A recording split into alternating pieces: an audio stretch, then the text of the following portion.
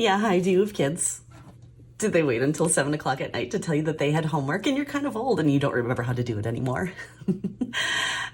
Don't panic. It's all right. We can do this. Let's go.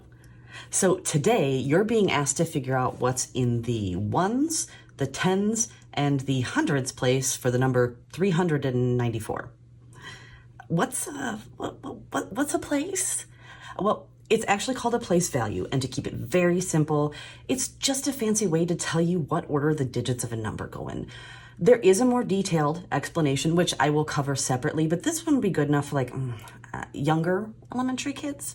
Now, unfortunately, this is something your kid may have to memorize for class. I'm sorry, but we don't. So let's use this chart to help us. In this example, we are looking at the number 123, and using this chart, we can see that the 3 is in the ones place, the 2 is in the tens place, and the 1 is in the hundreds place. Now, I'm going to move this thing off to the side so we can use it for reference. Let's go back to our problem. We need to find the place values for the number 394.